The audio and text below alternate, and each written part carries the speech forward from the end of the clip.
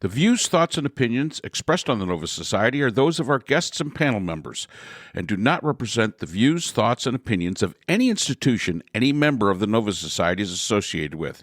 The material information presented on the Nova Society is for general information purposes only. Reproduction or dissemination for the purpose other than education is prohibited without express written consent of the Nova Society. We'd like to welcome everyone back to the Nova Society, and today Scott and I will conclude our conversation about the recent State of the Union address by President Biden. We're going to be talking about how Biden called out the Supreme Court to their faces, a rather different approach than in previous State of the Union addresses. And we're going to talk about, does this mean that the State of the Union is going to turn into something different? We're also going to be talking a little bit about the theatrics that were shown throughout the State of the Union, as well as some people that we noticed who were there. And we asked ourselves, why were they there? So let's listen in.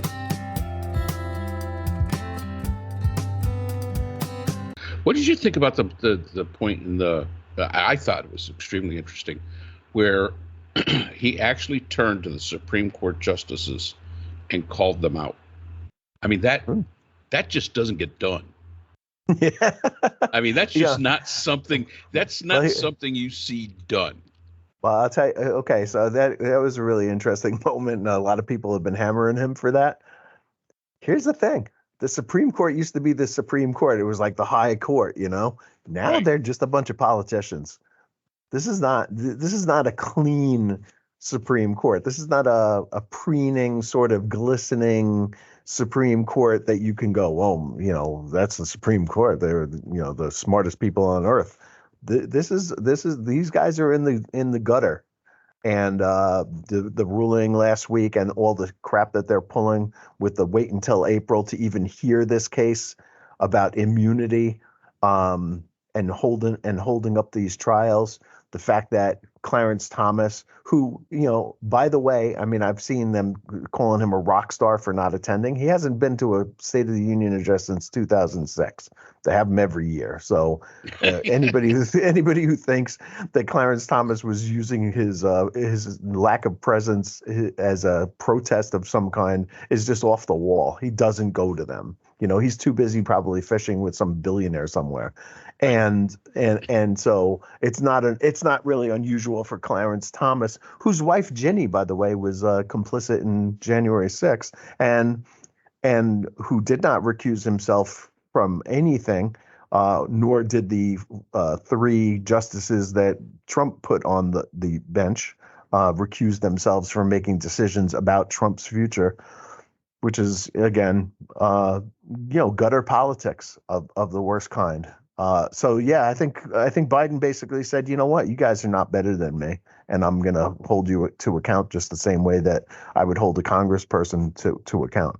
And I think that that's a point worth making, because this is the worst Supreme Court we've ever seen.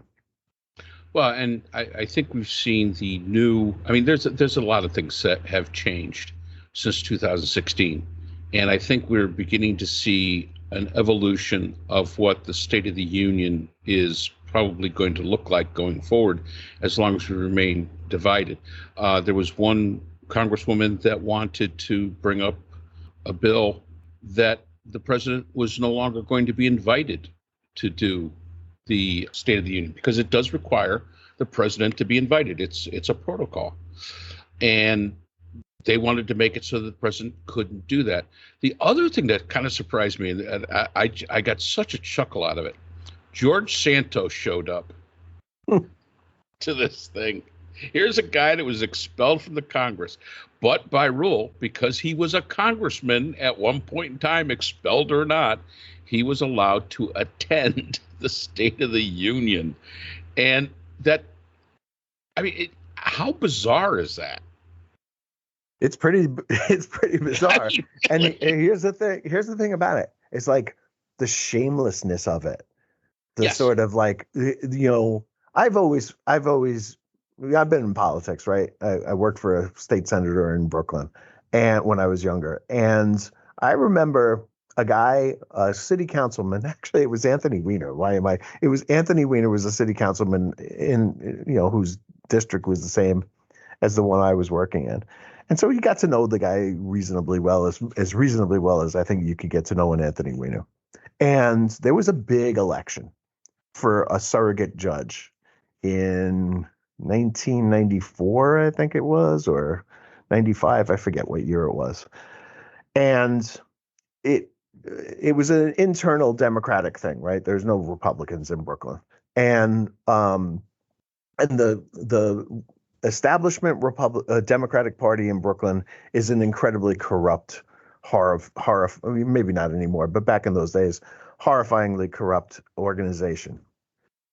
And they were pushing one of their guys, and an assemblyman named Anthony Genovese, who was kind of a reformer, or looked at himself as a reformer anyway, put up his own candidate.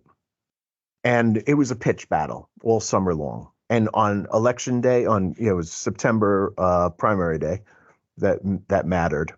The Democratic Party and the Board of Elections in Brooklyn pulled all kinds of shenanigans. And a friend of mine who was on the ABC News, local ABC News, covered a lot of it, like actually filmed trucks with voting machines that had not been delivered to neighborhoods that were known to favor our candidate versus theirs, right? Just driving around on the BQE in a big loop, never attempting to deliver these voting machines to that district. All kinds of stuff like that, right? And she lost. And that night there was a sort of like a sad party, like everybody got together at the local Democratic club to sort of weep that they had lost. And in walks Anthony Weiner, who had supported the other side or at least stayed out of it because he didn't want to offend anybody. And he just walked right in like he would be welcome there. And everybody hated his guts. And nobody was welcomed by nobody. But the shamelessness of politicians, that really epitomized that for me. And George Santos showing up at the State of the Union epitomizes the shamelessness of these people, how there's nothing they won't do, for their own self-aggrandizement, and will go anywhere, say anything, do anything because they want to, and they don't they're like, man, it's probably a bad idea for me to show up. Look, Trump running for office after what he pulled on in 2021, January 6th, is also massively shameless, in my opinion. And it's where that party is right now. The only difference I'd say to that is that Santos was expelled, and by a good number of his people. In the Trump situation running in 2024, there's just such a denial of the reality of what happened in 2020. Of what happened on January 6th. There's just such a denial of the reality of it. Yeah, it's shameless. Yeah, you would think you would probably just go back to Mar-a-Lago and hide out there. Right. And just try to lay low. You were president for 4 years. That's okay, fine. Move it along and be over and done with. I thought it was really interesting, though, how many times, first of all, Biden never mentioned him by name and always said my predecessor. Mm-hmm. And I think it was effective in the sense that here is the contrast between two people. And if anything was going to move the bar, even though the Republicans many times booed and chortled over the whole thing, I think he presented a very good case of, hey, here's the difference. This is what I intend to do. And this is what he has done in the past. These are the things that he has said. I also liked his statement about, you guys can read, can't you? I thought that was absolutely brilliant when he said that. I mean, again, it's that willingness to mix it up. And for that reason, I mean, there's a lot of people that say that Biden's people do not want him to debate Trump. Crazy. I think he should. I think that's where he could shine, because he is so experienced at this mixing it up in the political arena. I mean, he's got these young people. in Congress on the Republican side that just continuously, and some of them are relatively intelligent, that keep falling into the trap. Don't they understand that the old guy is lying in wait for them to just, blast them with something like, oh, you don't like that bill? Oh, you're not really going to do that? Oh, good. I'm glad we can agree upon that. And I think Trump falls into it even quicker because he is not as savvy as they are. He relies on a bunch of rhetoric and a bunch of canned messages that he hopes is resonating with his base. And let's face it, his base is not the most educated of people. So you've got to keep it, just as we mentioned in the last podcast, you've got to keep it to the simplest and the dumbest person in the room that you're speaking to. You have to make them understand. So the bar is very low when they're talking to many of the MAGA voters. And again, I've said this before. I used to think that CNN and MSNBC and Comedy Central would find the dumbest son of a so-and-so they could find, and that's who they put onto the show. And the fact is that I'm not seeing a lot of real Einsteins coming out of this group. Maybe this is exactly, maybe I was accusing them of doing something they weren't doing. Maybe they were trying to find the smartest one they can find and they were just stuck with what they had. It is extremely possible. But I think it was a successful State of the Union. Look, any speech where you say, my God, what freedoms will you take away next to the Supreme Court is a really good speech, and talking about his predecessor making that the division there, the split screen as they like to say. Yeah. One other thing I wanted to say about Laken Riley was not his best moment, in my opinion. Them yelling out about Laken Riley and having trying to steal the say her name thing, right? Which is a black victim of police violence trope that they have now taken to protest against illegal immigration. First of all, the guy is from Venezuela, apparently.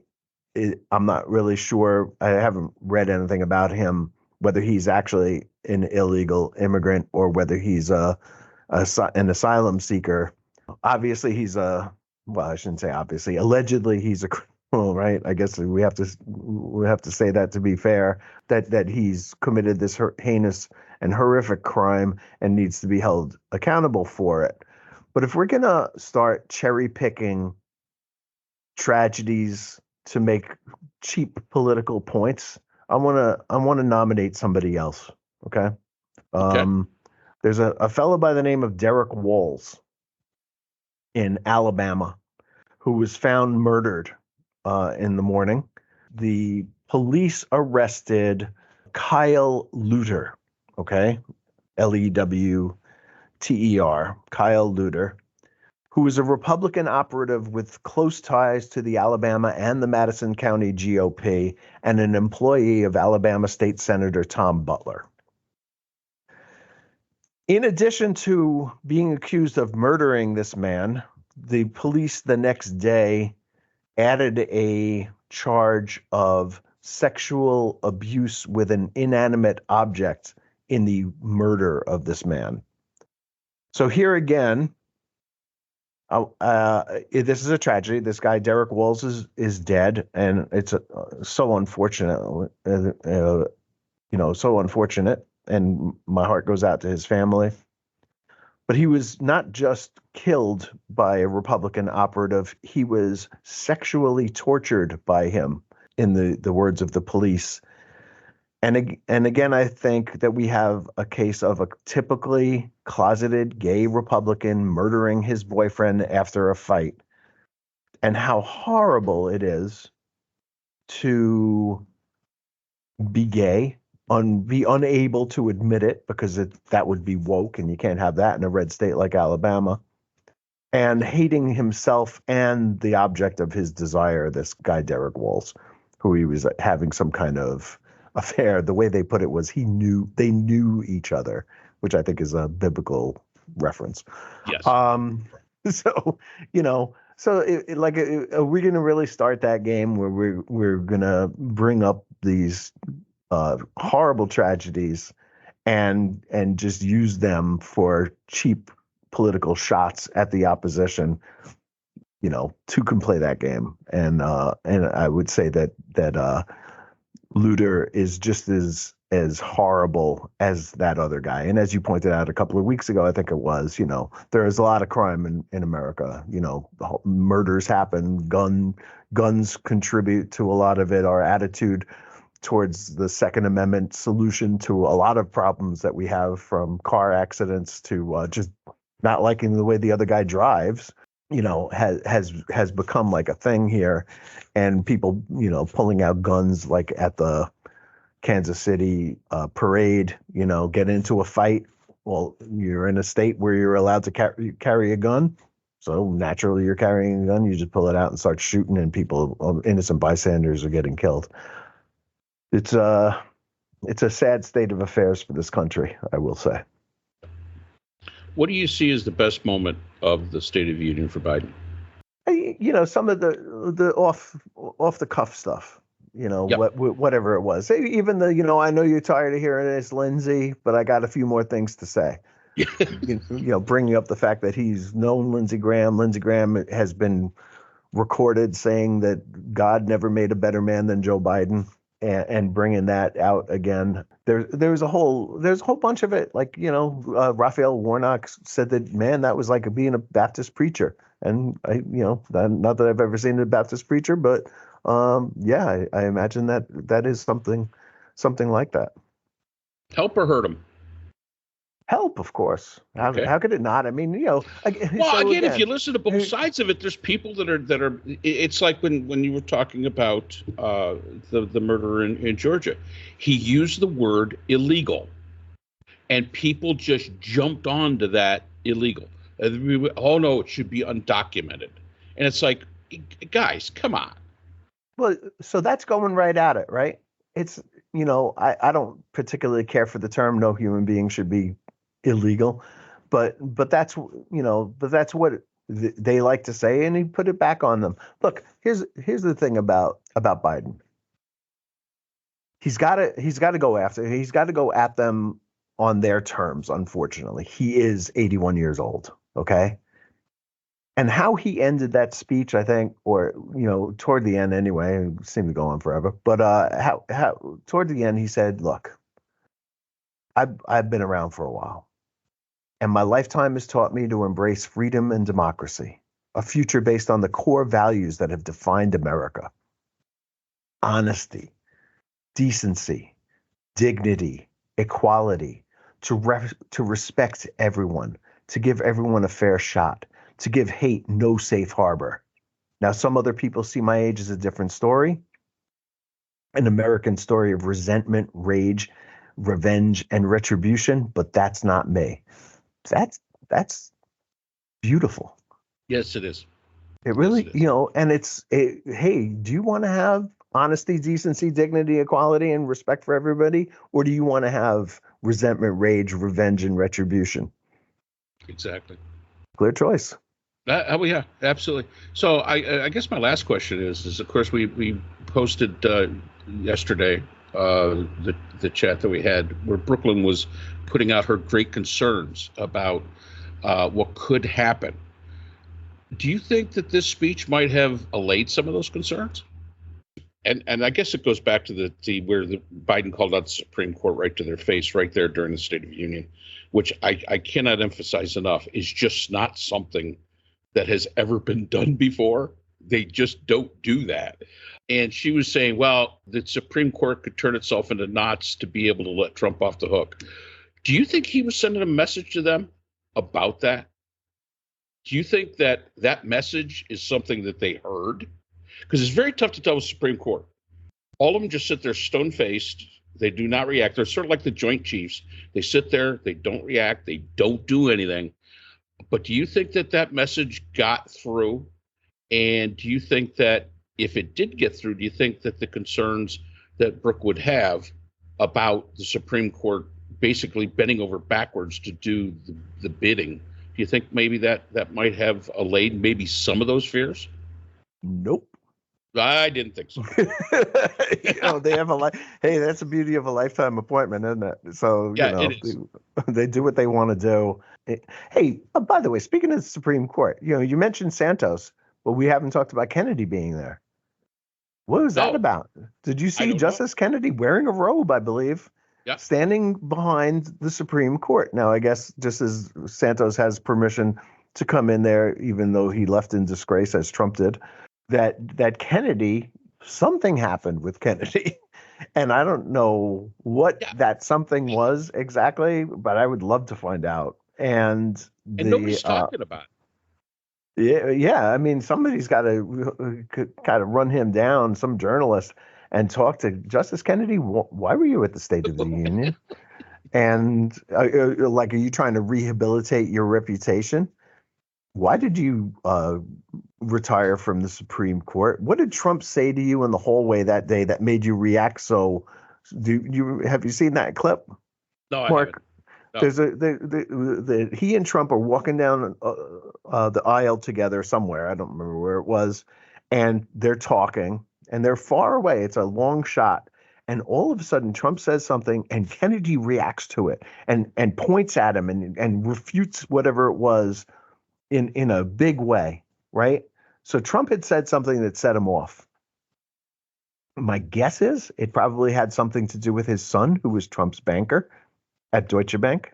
It's certainly possible that Trump was getting ready to drop dime on Justice Kennedy's son, his banker at Deutsche Bank, unless Justice Kennedy, left his seat and allowed him to get rid of a guy who was a centrist, supposedly, and bring in his own boy, which turned out to be Brett Kavanaugh.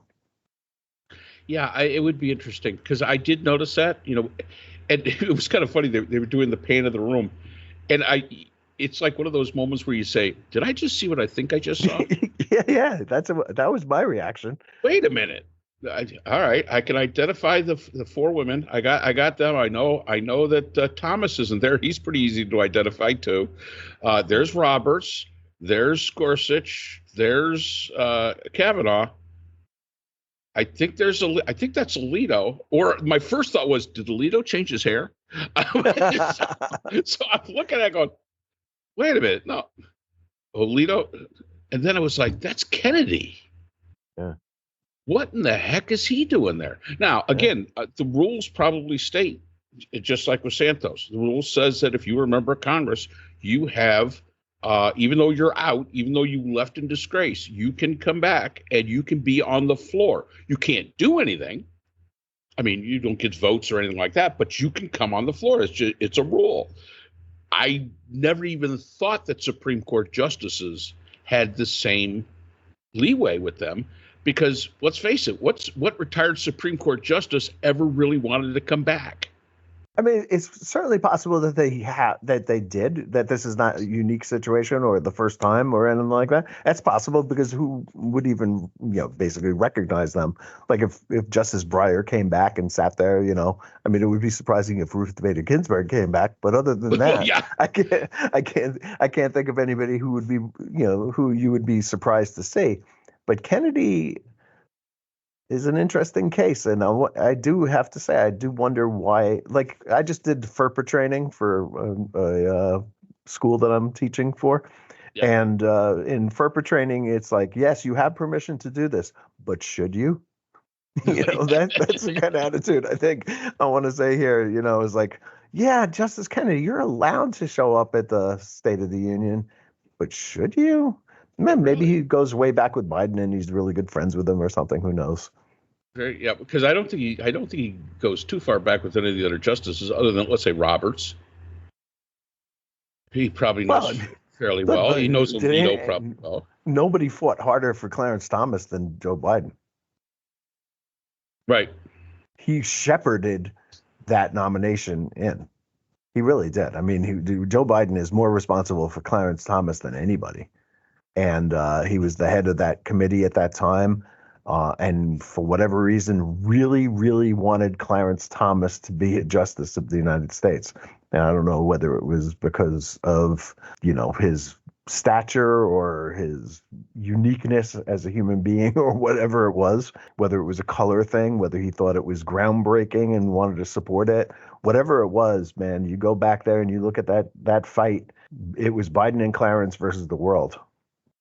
Yeah, and that's one thing that I will say that Biden has always been consistent with. He won South Carolina in the primary, which actually brought his candidacy back to life after Iowa and New Hampshire doing terribly in 2019 when he was running in 2020. And that was because he basically spoke to the Black Caucus in South Carolina and got a boost from them. And they energized their base to go out and vote. And Biden won South Carolina, and the rest was history. And one of the things that Biden has always really done is minorities, women, those type of demographics, he has always been really a champion for, which kind of always amazes me that he has such a hard time with the Hispanics. It just doesn't make sense, because if you look at the entire, now he's made some gaffes in the past, definitely with women. He's made some terrible gaffes. He's made some policy gaffes when he was a member of the committee. His treatment of Anita Hill was not the best, but on the whole, if you take the entire body of work he's done, he's always been very, very positively aligned with minorities and with women. I really do think that had a lot to do with it. And I think he probably got some talking to from members of the constituency of the Black Caucus to, hey, it doesn't matter that he's a Republican. Doesn't matter. He's black. We need him on the court. That might be what was the impetus to be able to get him in there. But who knows? We will have to figure out this thing with Kennedy. That now that you brought it up, now it's like, now I got to really think about this. Why would he be there? Yeah, interesting. I would say this. I think it's time to retire the idea that there's a Hispanic voter. That's not a voting block. These are individuals, or they're certainly very different from one another. It's just too wide a definition to be helpful. Florida, Cuban, Puerto Rican, voters are different from Texas, Mexican, Central or South American voters. Up here where I live near Danbury, Connecticut, there's a huge community of Brazilians. These are all very different cultures, very different people. And it's just Hispanic, just when they talk about Hispanic voters nowadays, I kind of get like a little cringy, because it's kind of trying to make something that isn't actually there. Yeah, and you're probably right. And I think that maybe that's one of the issues that we have with polls, because they still do lump that entire voting block together, which is why I use the term, the Hispanic voting block, because that's the way they're lumped together as far as polls are concerned. And you're right. Cubans have a different political mindset than, say, Mexicans do. Mm-hmm. Or somebody from South America compared to somebody from Central America. So, yeah, maybe it is time that maybe that would help with the polls a little bit, make them a little bit more accurate. In Miami, there is a huge Cuban population, but there's also a huge Haitian, Puerto Rican. I mean, there's all sorts of different demographics within that single, what is now considered voting block, that I think probably skews the numbers when they start talking about, well, the Hispanic vote. I think that's one of those things that probably skews that a little bit. But all in all, I think we both agree it was a very successful State of the Union for Biden. I think it was well delivered. I think he probably showed that he can still stand toe to toe. And I think he did not hurt himself in any way. I don't think he hurt himself at all. Oh no, I mean, look, and the potential to hurt himself was there. This is a typical example of under promising and over delivering, which I think Biden has done his entire tenure here. Even going back to the campaign, as you point out, South Carolina. I mean, he came out of nowhere to win that, and and he's set low expectations and exceeded them greatly. I think pretty much in everything that he's done. I would say that the one, obviously we didn't even discuss the guy yelling about his son being killed in Afghanistan, but which was an interesting moment that we only found out about later because it was hard to figure out what was going on. That was the father of one of the 13 service members who were slain by a bomb in Afghanistan, yelled out something about the gate, whatever it was called, that they were guarding at that time, and he was there as a guest of Brian Mast, who's a congressman from the district that my in-laws live in Florida, Jupiter, Hobe Sound, that area in Florida, like north of West Palm Beach, and Mast lost both his legs, I think, in Iraq, if I'm not mistaken. And, showed a lot of promise early on, but has become, another sort of pro-Trump lunatic, and brought this guy to the House floor to watch the State of the Union. And the guy, I don't know whether Mast knew he was going to do it or not, but, sort of yelled out and drew a lot of attention to himself. This is obviously a tragedy. 13 service members killed, all those other people killed while they were waiting to get out of the country. And to turn it into some kind of cheap political point is just, galling, frankly. Yeah. Well, that's the politics that we have today. Everybody's looking for cheap political points somewhere. Yeah, it's terrible. It is. It's bad. Well, hey, it was good seeing you on a Saturday morning. Yeah. I thought you always went into your coffin on Saturday, Friday night coffin, and then you came back out on Monday morning at 10:30 a.m., not before. It was I was hooting with the Owls last night for sure, and I'm not exactly soaring with Eagles this morning. Well, as always, good to see you and talk to you. Yeah, I'll see you soon. We'll talk to you later. Take Cheers. care. So that's all the time we have for today's episode. The Nova Society is a production of the Phoenix Research Institute. We'd like to thank our sponsor for this week's episode, the Phoenix Research Group, an independent research consortium offering social issue solutions to NGOs and international government agencies through multidisciplinary, nonpartisan, and unbiased research. We'd also like to thank our podcast partners, Buzzsprout, who hosts the Nova Society, Audacity, our editing partners, Podkite, who does all our analytics, iHeartRadio, where people get their music and podcasts, Apple iTunes, the largest source of music and podcasts on the internet, Spotify, the most popular source for the Nova Society. The Nova Society is available on all these and other quality platforms mentioned in our description. We'd like to thank our listeners. Without you, the Nova Society would not be possible. If you have a comment, a question, or would like to be a guest on the Nova Society, we can be reached at nova.society.podcast@gmail.com. Always remember, the power of society is knowledge. So for Dr. Scott Gershworth, Dr. Priscilla Hobbs, Dr. Brooklyn Ann Weldon, and all of us here at the Nova Society, I'm Dr. Mark Bound. Be well, and we hope to see you again next time.